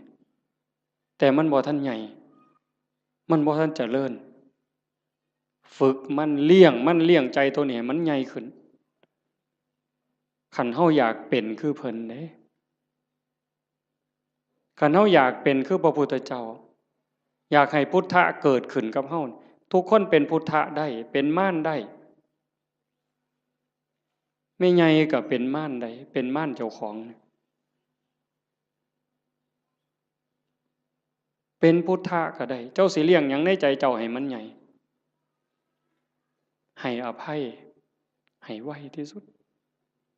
เมื่อวานนี่อาตมาตั้งแต่วันที่12เมิดวัดยึดโทรศัพท์ปิดเข้ากล่องเก็บเข้าห้องใหญ่ปิดประตูล็อกกุญแจเลยแต่อาตมาย่านบ่แน่นอนก็เลยเอามาโทรตอนแรง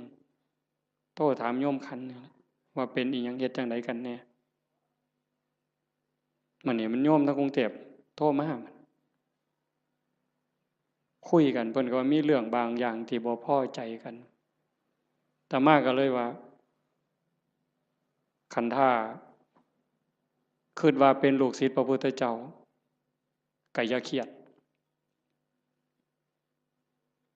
คันให้อภัยเป็นลูกศิษย์พระพุทธเจ้าถ้าผูกโกรธเป็นลูกศิษย์พญามารโอ้ยบ่เอาแล้วแนวนี้เว้ยว่าโยมลงเป็นลูกศิษย์พระพุทธเจ้าเพิ่นว่าเอ้าเจ้าเป็นลูกศิษย์พระพุทธเจ้าเจ้าก็อย่าไปเครียดติล่ะเศร้าเครียดติล่ะบ่แม่นผู้ใดให้เจ้าเป็นได้เจ้าเป็นเองแน่นั่นว่าโอ้ยถ้าอย่างนั้นโยมไม่โกรธแล้วเพิ่นว่าถ้าโกรธถ้าแค้นถ้าอาฆาตก็เป็นลูกศิษย์พระเทวทัตหลุดแล้วเจ้าเอาวะล่ะเลยพระเทวทัตไปฮอดลูกศิษย์พญามารพุ่นแต่ขันหูจักให้อภัยผู้อื่นสงสารเมตตาผู้อื่นให้โอกาสผู้อื่นเป็นลูกศิษย์พระพุทธเจ้า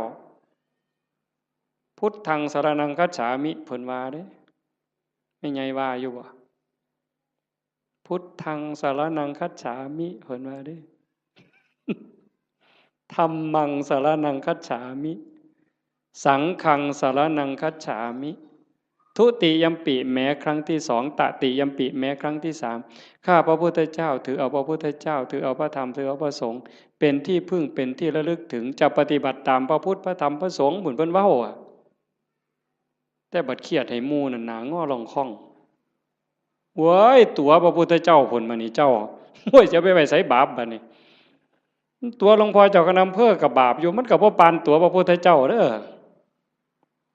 ตัวครั้งที่1ยังบ่พอได้แม้ครั้งที่2เพิ่นยังว่ายืนยันอีกอยู่นี่ทุติยัมปิแม้ครั้งที่2ตติยัมปิแม้ครั้งที่3ยังเครียดให้หมู่อยู่เบิ่งที่ละกิเลสมันบ่ปล่อยเจ้าง่ายๆได้แม่ใหญ่คันเจ้าบ่ตั้งอกตั้งใจนี่บ่ทันเด้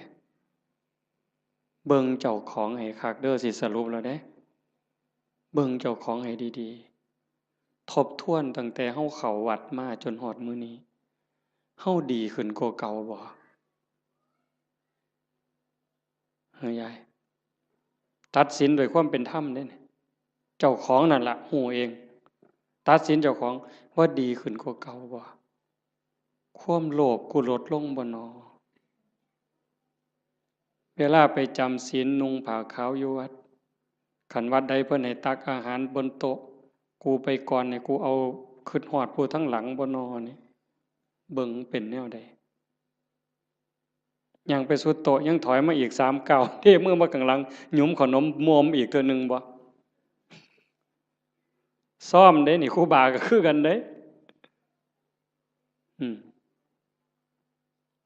กันว่านั่งสมาธิว่าซั่นหมู่พานั่งสมาธิอยู่ศาลา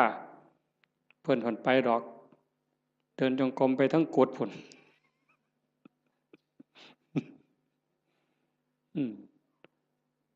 ยามปฏิบัติธรรมงานปริวาสคือกันยามหมู่เดินจงกรมเป็นแถวเพิ่นก็ไปดอกทำท่าไปห้องน้ำฉลาดได้กิเลสผู้ใดสอนมันเจ้าวะมันหูจักเอาโตรอดคอรอแค่แลแก้โตนี่ไว้ปานเกียจักผู้ใดสอนมันปานนั่นได้มันนี่ให้กว่าน้ำยังวะทิ่มกับตาลงน้ำจักมันเข้าตาใดตัวตาใดแล้วหมู่เจ้านี่คือกัน คันลองเฮ็ดหยังผิดหมู่เหลียวเบิ่งนี่เพิ่นแก้ตัวปั๊บโลดดอกนั่งฟังเทศน์ตอดเงางึกหมู่เหลียวเบิ่งเพิ่นทำท่าเกาหัวเสยเพิ่นเด้บ่ได้ว่าเจ้าของเหงานอนจักเม็ดเด้หั่นมันฉลาดปานนั้นจักผู้ใดบอกมันหยังวะ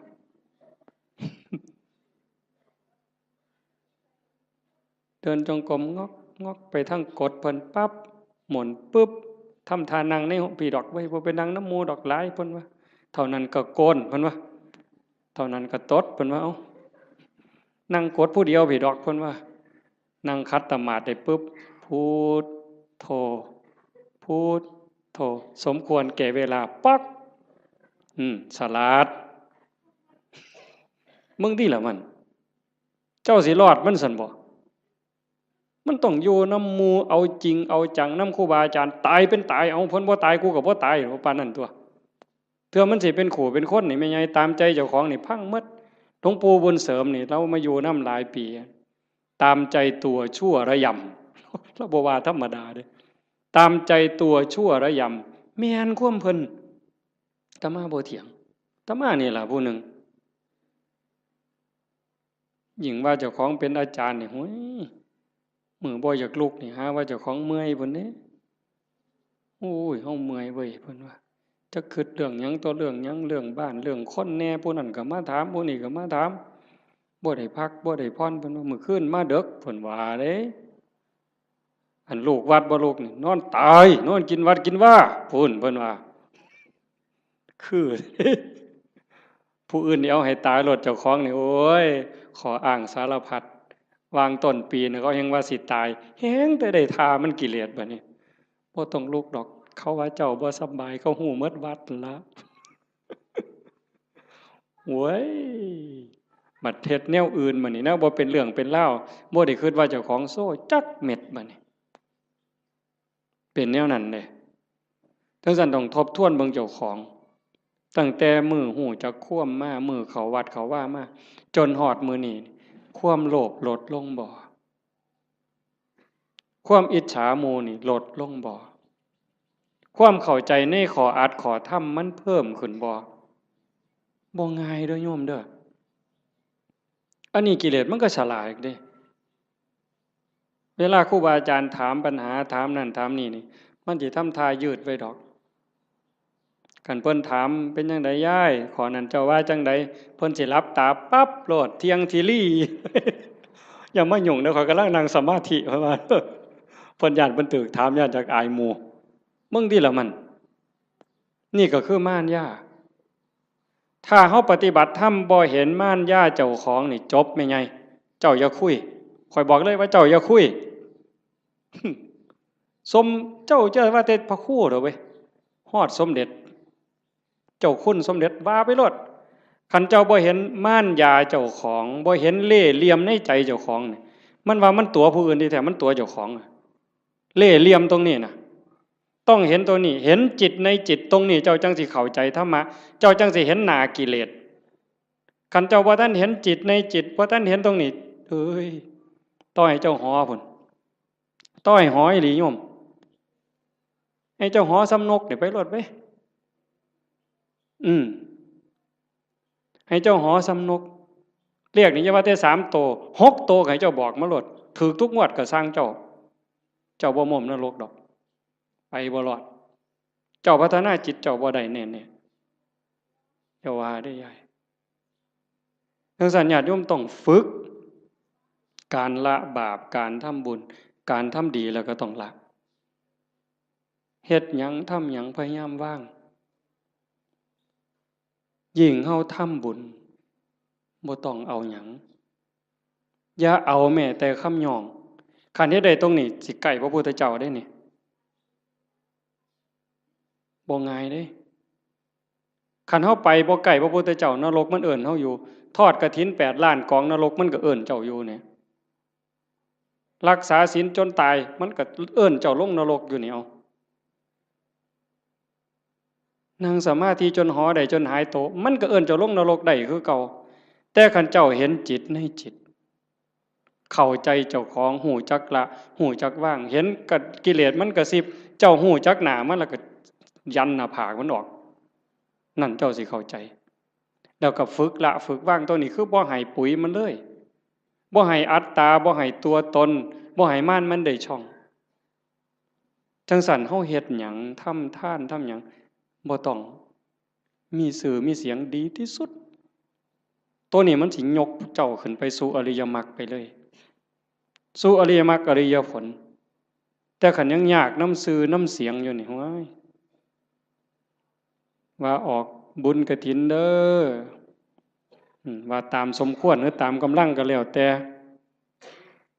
ออกมาออกแล้วไปนั่งอยู่เฮือนเงี่ยงหูหน่อยฟังย่ำไอ้กำนันสิอ่านสื่อกูหนอตอนกำนันอ่านสื่อเจ้าของล่ะไปฆ่าอาบน้ำบ่ได้ยินออกมาแต่อาบน้ำโอ้เศร้าอ่านอีก2 คนเมิดเว้ยบ่มีสื่อกูว่ะไทไหนมาหอดกำนันคือบ่อ่านในข่อยแน่ล่ะเพิ่นว่าตายได้นั่นน่ะขาดทุนโยมสุบินนี่ไปออกวิทยุคือกันแล้วคือบ่มีซื้อข่อยเนี่ยละย้ายเพิ่นสิว่าจักมื้อนึงบ่ได้โยมขาดทุนตอนนั้นเด้อตอนนั้นขาดทุนเฮ็ดแล้วล่ะก็ปล่อยไว้ลองเบิ่งเพิ่นสิอ่านก็เรื่องของเพิ่นบ่อ่านก็เรื่องของเพิ่นแต่กิเลสมันก็มักย่องเด้นี่คันได้ถูกอ่านซื่อจักหน่อยแล้วโอ้ยหน้าใครอึ้งลึงกันรถเข้าเฮือนก็บ่ได้มันคาประตูมันใหญ่หลายฝึกใหม่มันก็สิเป็นเสียดายอยู่ดอกกันเพิ่นย่องแล้วส่งมีแห้งแต่ขันดูเขาเฮ็ดแล้วก็แล้วไปเฮ็ดแล้วก็แล้วไปหน่อยก็ตามร้ายก็ตามเฮ็ดด้วยใจด้วยความศรัทธาจริงๆอุบายของการให้ท่านเป็นอุบายเอาชนะความเห็นแก่ตัวเอาชนะความขี้ทีเท่านั้นเด้เรื่องสวรรค์น่ะเป็นแนวล่อซื่อๆเด้พุทธศาสนาแท้ๆนั่นการให้ท่านเป็นอุบายเอาชนะความขี้ทีเอาชนะความเห็นแก่ตัวขันเฮาสละได้นั่นมันเป็นจาคะขันเฮาอยากได้ซื่ออยากให้เขาย่องอยากมีซื่อติดน้ำนั่นน้ำนี่อันนั่นมันเพียงแค่ให้ทานยายเฮ็ดนั่นเฮ็ดนี่อยากให้เพิ่นย่องอยากให้เพิ่นประกาศติดซื่อไว้ให้คนได้ฮู้ได้เห็นมันก็ดีระดับหนึ่งแต่มันเพียงแค่ให้ทานมันบ่ทันฮอดจาคะนี่สลัดออกบ่เอามาได้เอาออกเอาไปแล้วอย่ามาเฮ็ดหยังบ่เอาแม้กระทั่งคำย่องคำย่อนั่นมันสิได้เป่านิพพานเป็นของให้เปล่าบ่ได้ซื้อเพราะสลึงอันนี้ว่าน้ำก้นหลวงปู่เด้นิพพานเป็นของให้เปล่าพระอริยเจ้าตั้งแต่โส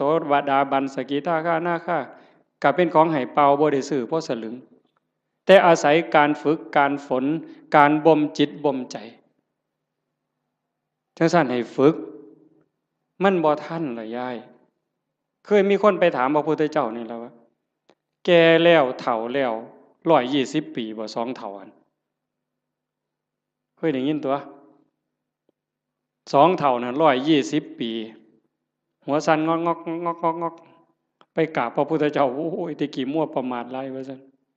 ตอนนี้เฒ่าแล้วจักสิตายมื้อใดเฮ็ดจังไดจังสิได้บุญหลายว่าซั่นมันจังสิได้ทัน120 ปีเนาะมันสิเลยจักมื้อเจ้าว่าบ่ทันได้เฮ็ดบุญจักหน่อยหรือเฮ็ดจังไดมันจังสิทันมันจังสิได้หลายที่สุดพระพุทธเจ้าว่านั่งอยู่ซื่อๆบ่ต้องไปเฮ็ดหยังดอกคันจะไปทอดกฐินทอดผ้าป่าก็บ่ทันหมู่ดอกเธอจะไปหาผ้ากฐินนั่นตายซ้ำบ่ได้ทอดดอกสิไปหุงข้าวใส่บาตรที่บ่ดีดังไฟบ่ทันแล้วตายแล้วเจ้านั่งเบิ่งลมหายใจหันไปหายใจเข้าหายใจออกเข้าก็ปล่อยออกก็ปล่อยบ่มีผู้ใดเสียดายนี่คือปล่อยว่างจาคะผู้ใดเสียดายลมหายใจเข้านี่แม่นไงโอ้ยจิมันกูเสียดายได้หายใจเข้ากูบ่ออกหัวมันดอกเอาทำแม่กันเสียดายอะไรหายใจเข้ามีแต่เอาอย่างเดียวหายใจเข้าเลยเจ้าบ่ต้องให้มันออกมาดอกเสียดายมันเอาเลยอนุญาตเดี๋ยวเจ้าสิฮู้ว่ามันสิเป็นหยังหายใจเข้ามันก็ต้องออกมาแล้วก็ต้องเข้าคือกันแต่บ่มีผู้ใดเสียดายบ่ติดยึดบ่ผูกยึดบ่ถือมั่นในลมหายใจเข้าหายใจออก การเป็นการอยู่ในชีวิตประจำวันก็คือทำดีนี่ต้องเฮ็ดละชั่วก็ต้องละชั่วทำดีสร้างบุญสร้างกุศลเฮ็ดไปซอยเหลือโลกซอยเหลือสังคมวัดว่าบ้านเมืองชุมชนที่เฮาอยู่เฮ็ดไปเถาะทำดีไปเถาะนั่นคือบุญนั่นคือพลังนั่นคือสมบัติที่สิส่งจิตวิญญาณไปสู่ที่ดีที่งามมีสุคติสวรรค์เป็นต้นแต่คันเฮาฝึกปล่อยฝึกว่างจิตสิโล่งโปร่งเบาใกล้พุทธะเข้าไปเรื่อยๆใกล้พระพุทธเจ้าเข้าไปเรื่อยๆคันเบาเท่าใดแห่งขึ้นสูงเด้จิตเบาจากความยึดมั่นถือมั่นเบาจากความยึดถือความเป็นตัวเป็นตนนั่นไก่พระพุทธเจ้าเพิ่นเว้าเป็นอุปมาว่าประตูพระนิพพานเฮาสิเข้าไปเมืองนิพพานได้จะต้องเฮ็ดโตน้อยๆความรู้สึกว่าเป็นตัวเป็นตนมันต้องน้อยอีหลีน้อยส่ำใดน้อยส่ำเพิ่นว่าผมเส้นหนึ่งนี่ผมเฮานี่เส้นหนึ่งนี่พาออกเป็น8ซีกกลับเมื่อนี่ไม่ออกก็ลองไปพาเบิ่งเด้อพาผมเฮาเส้นหนึ่งให้มันได้8ซีกพาทั้งยาวนี่ให้มันได้8ซีกผม1ใน8นะ8ใน1นั่นเส้นเดียวพาเป็น8ซีกเอามาซีกนึงจังแง่เข้าไปในหูประตูพระนิพพานได้ความรู้สึกเป็นโตเป็นตนเป็นกูนี่นะบอกภาษาเฮากูเป็นยามึงตัวกูเป็นแม่มึงตัวกูเป็นแม่เฒ่ามึงตัวให้มันเหลือน้อยซ้ำกับผมเส้นหนึ่งพาเป็น8ซีกจังสิเข้าประตูพระนิพพานไปหาพระพุทธเจ้าได้จังซั่นการทำลายความเห็นแก่ตัวแบบเอาของคนอื่นอันนั้นย้อนโลภย้อนโกรธพานแต่เห็นย้อนคุณงามความดีอยากได้ชื่ออยากได้เสียงต้องถูกย่องต้องถูกย่อต้องถูกประกาศต้องถูกสรรเสริญจังแม่นอันนั้นก็ได้ไปแค่สวรรค์ได้แค่ทานแต่บ่ทันฮอดจาคะคันสลัดออกบ่ต้องมีก็ได้ชื่อบ่ต้องย่องก็ได้แต่ว่าข่อยสำบายใจข่อยได้บูชาพระพุทธเจ้าข่อยก็มีความสุขข่อยก็ได้เป็นสมบัติยิ่งให้ออกไปเท่าใดก็คือกับทมน้ำลายเพิ่นเปรียบจังซี่คือกับทมน้ำลายบ่เสียดายพระเจ้ามหากัปปินะพระเจ้ามหากัปปินะเป็นพระเจ้าแผ่นดินจ้างคนเด้ทุกมื้อจ้างทหารนี่ออกประตูเมือง4ทิศตะเว้นออกตะเว้นตกเหนือใต้เพื่อไปสืบข่าวพระพุทธพระธรรมพระสงฆ์เป็นเวลา40กว่าปีแต่อาตมาจำบ่ผิด40กว่าปีบ่ได้ยินข่าวนี่แต่ก็เสียมื้อละหมื่นเนี่ยจ้างคนบัดมื้อนึงเพิ่นไปประพาสป่าไปชมสวนนี่ล่ะคันแม่นหมอลำก็ได้พระเจ้าแผ่นดินไปชมสวนดอกไม้เห็นพ่อค้ากลุ่มหนึ่งมานั่งพักอยู่ท่าทางคือเมื่อยเพิ่นก็เลยไปถามหมู่เจ้ามาแต่ไสมาจากไสมาจากสาวัตถีคือราชคฤห์นี่แหละมีข่าวดีหยังมาบอกบ่มีหยังดอกเพิ่นว่าฮู้แต่ว่าตอนนี้พระพุทธเจ้าเกิดขึ้นแล้วสลบเลยฟื้นขึ้นมาไหมมีหยังอีกเนี่ยพระธรรมสลบฟื้นขึ้นมาอีกนอกจากพระพุทธพระธรรมแล้วมีหยังอีกพระสงฆ์สลบเฮ็ดจังไดบัดนี้ให้เลขานั่นเขียนหนังสือทันทีเฮาสิสละบวชขอให้พระนางอโนชาพระราชินีนี่ครองราชสมบัติจากเฮาต่อไปเลยเฮาจะบวชแล้วบ่กลับอีกแล้วก็มอบรางวัลให้กับพ่อค้ากลุ่มนี้300,000 300,000กหาปณะข้าบอกว่าพระพุทธเจ้าเกิดขึ้น100,000พระธรรม100,000พระสงฆ์100,000ให้เอาไปเลยแล้วครองราชเลยจากนั้นก็ไปเลยออกบวชพวกพ่อค้านี่ก็มันก็ดีที่บัดนี้เนาะบ่ได้เฮ็ดหยังภาษาเอามาเว้าซื่อๆซ้ำนี่เว้ยได้300,000ถือศาลนี่ไปแจ้งกับพระนางอโนชาเขาก็ว่าเป็นบ้าเป็นหยังจังสิได้หลายปานนั้นเว้าให้ฟังเบิ่ง เขาบอกเพิ่นพระเจ้าแผ่นดินไปบวชแล้วเพิ่นได้ยินจังซี่เพิ่นก็เลยสร้างมาแนวนี้พระพุทธเจ้าพระธรรมพระสงฆ์พระนางอโนชามีความรู้สึกว่าเป็นหยังคือให้หน่อยแท้มันเป็นข่าวประเสริฐปานนี้พระนางอโนชาเพิ่มให้พระพุทธ300,000พระธรรม300,000พระสงฆ์300,000เป็นเท่าใด1,200,000มีไง1,200,000เนี่ยมาแจ้งข่าวพระพุทธพระธรรมพระสงฆ์ซื่อๆแล้วก็ถามว่าพระเจ้าแผ่นดินไปไสเพิ่นออกบวชแล้วไปหาพระพุทธเจ้าแล้วเพิ่นบอกให้พระราชินีนี่คล้องลาดนี่อ่านหนังสือให้ฟังพระนางอโนชามีความรู้สึกว่าเรื่องอีหยังราชสมบัติทั้งหมดนี่คือกับน้ำลายที่พระเจ้ามหากัปปินะทมถิ่มลงกลางดินเรื่องหยังเขาจะไปดูดเอาน้ำลายมากินใครแม่นเฮาเนี่ยมันบ่เป็นแนวนั้นเด้ถ้าบุญบ่พอนั่นคือบุญเปิ้นพร้อมบุญพอแล้วเข้าใจในเงื่อนไขของชีวิตเข้าใจเงื่อนไขของวัฏสงสารแล้วความจริงของโลกของธรรมแล้ว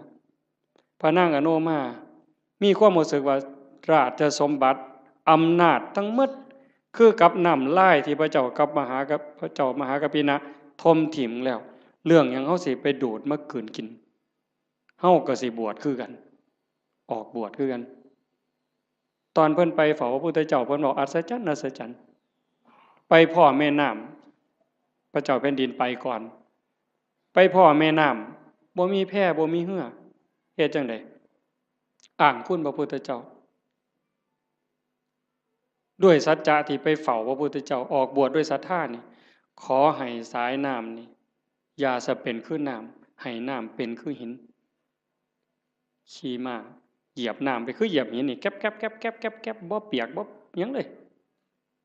สายที่2คือกันสายที่3คือกันสายผ่านแม่น้ำ3สายไปได้มา1,000 คนมา1,000 ตัวคน1,000 คนพระนางอนุมาตามไปพวกผู้ชายไปก่อนได้ฟังธรรมก่อนบรรลุธรรมก่อนพระเจ้ามหากัปปินะพร้อมทั้งบริวารทหารนั่น1,000บรรลุธรรมพวกพระราชินีตามไปสาราราชสมบัติตามไปคือกันไปเจอน้ำกับคนฉลาดพระเจ้าแผ่นดินเพิ่นไปได้แนวใดบ่มีเรือบ่มีแพเพิ่นต้องอาศัยสัจจกิริยาจังซี่ตั้งใจตามไปได้คือกันสายที่2ก็ข้ามได้สายที่3ก็ข้ามได้พอไปฮอดพระพุทธเจ้าถามหาพวกพระเจ้าแผ่นดินนี่เห็นมาบ่พระพุทธเจ้าเพิ่นฮู้ว่าพระราชินีนี่มีศรัทธาบวชจริงแต่เมียทหารที่ตามมาอีก1,000 คนน่ะมันบ่ได้ศรัทธามาบวชเด้นำมาเอาผัวซื่อๆได้ซุ่มนั้นสินำมาเอาผัวหลบไปแต่พระราชินีนี่ตั้งใจบวชจริงพระพุทธเจ้าเพิ่นเลยว่าให้เห็นตอนนี้บ่ได้เพิ่นเลยบอกว่านั่งลงก่อนฟังธรรมก่อนหลังจากฟังธรรมแล้วหมู่เจ้าก็จะเห็นสามีเองดอกให้ใจเย็นๆพระพุทธเจ้าแสดงธรรมจบปั๊บเข้าใจบรรลุธรรมเป็นโสดาบันพวกผู้ชายได้ฟังรอบ2เป็นพระอรหันต์หมดความอยากได้ผัวลบไปมันหมดแล้วบวชเป็นภิกษุณีนำกันต่อพุ่นเด้จังสั่นเฮาสิเฮ็ดหยังทำหยังก็คือกันเด้อโยมเด้อลองทดสอบเบิ่งจากการท่าน5 บาท10 บาท100 บาทแสนบาทล้านบาทท่านแล้วเพิ่นย่องประกาศซื้อเขียนป้ายติดให้เฮาก็ได้มาแล้วหลายเทื่อหลายรอบบัดนี้ลองเบิ่งว่าเฮาลองบริจาคหน่อยก็ซังหลายก็ซังบ่ต้องเขียนชื่อก็ได้คันไว้ใจกันบ่ต้องเขียนก็ได้แล้วเบิ่งความรู้สึกมันสิเป็นอีกแนวหนึ่งมันสิเป็นอีกแบบหนึ่งรสชาติมันต่างกันลองเบิ่งแล้วบ่ลองบ่ฮู้บ่ให้ฟังก็เพราะปานนั้นมันต้องเฮ็ดด้วยตนเองมื้อนี้เว้ามาโดนพอสมควรบ่ได้เว้า 7-8 มื้อมันเลยสิเว้าหลายจักหน่อยแต่ว่าเสียงมันบ่คืนก็เห็นว่าพอสมควรอาจจะได้เรื่องบ้างบ่ได้เรื่องบ้างจริงใจอาตมาตั้งใจว่าสิเว้าเรื่องนึงเรื่องศาสนามีคนฝากมาอยู่แต่ว่ามันลงไปบ่ได้ก็สร้างมันเถาะ ก็ขอฝากเพียงแค่ว่าให้ญาติโยมนี่รับผิดชอบเจ้าของบ่มีผู้ใดซอยผู้ใดได้บัดฮอดบัดสุดท้ายได้โยมบัดเฮานอนอยู่เทิงเตียงนอนติดสาดติดเสือจังสิเข้าใจตนแลเป็นที่พึ่งของตนอัตตาหิอัตโนนาโถจังสิเข้าใจตัวนั้นคันบ่จังสันบ่ท่านเข้าใจโยมแต่ว่าเฮายังโชคดีจักหน่อยว่าเฮาได้เข้าวัดได้ฟังธรรมได้ปฏิบัติธรรมฝึกตายดูๆบ่แม่นเว้าเล่นเด้ยามมื้อแลงไหว้พระนั่งสมาธิแล้วบัดนอนลงลองบอกว่านอนลงเทื่อนี้สิบ่ได้ลุกอีกแล้วเด้อตายแล้วล่ะบัดนี้บอกเจ้าของจังซี่แล้วก็ทำใจหามันแม่นอีหลีเลยนี่จังได๋สิเฮ็ดแนวใดเครียดให้ไผสั่งให้ไผ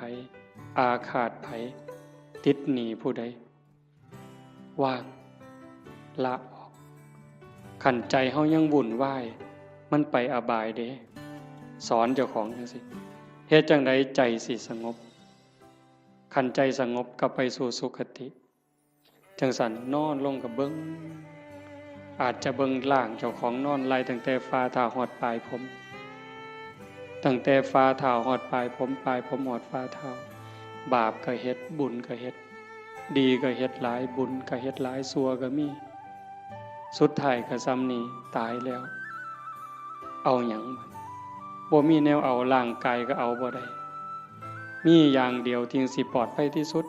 คือเฮ็ดใจให้สงบหลังจากเบิ่งร่างกายจากฝ่าเท้าฮอดปลายผมมืออยู่จังใดแขนอยู่จังใดขาอยู่จังใดหันมาเบิ่งลมหายใจหายใจเข้ายาวละเอียด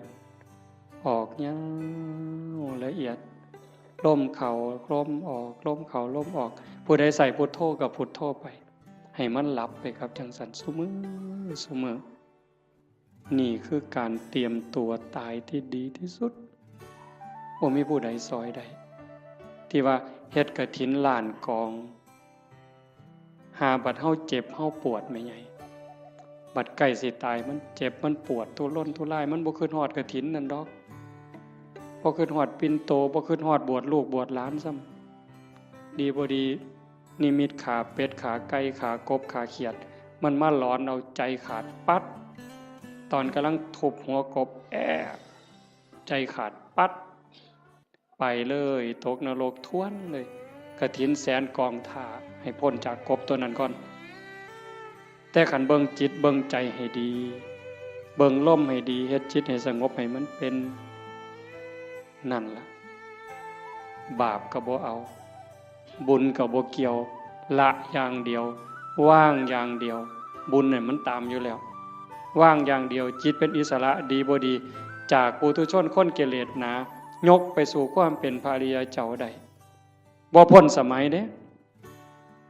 พระพุทธเจ้าเพิ่นบอกยืนยันว่าแม้ปัจจุบัน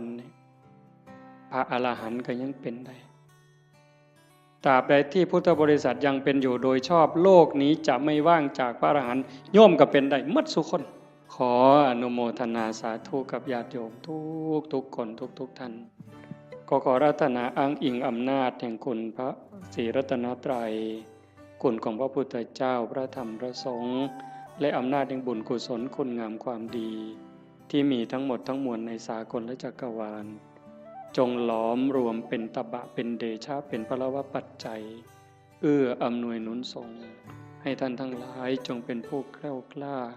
อาจหาญร่าเริงในการสร้างบุญสร้างกุศลสร้างคุณงามความดีให้ยิ่งขึ้นไป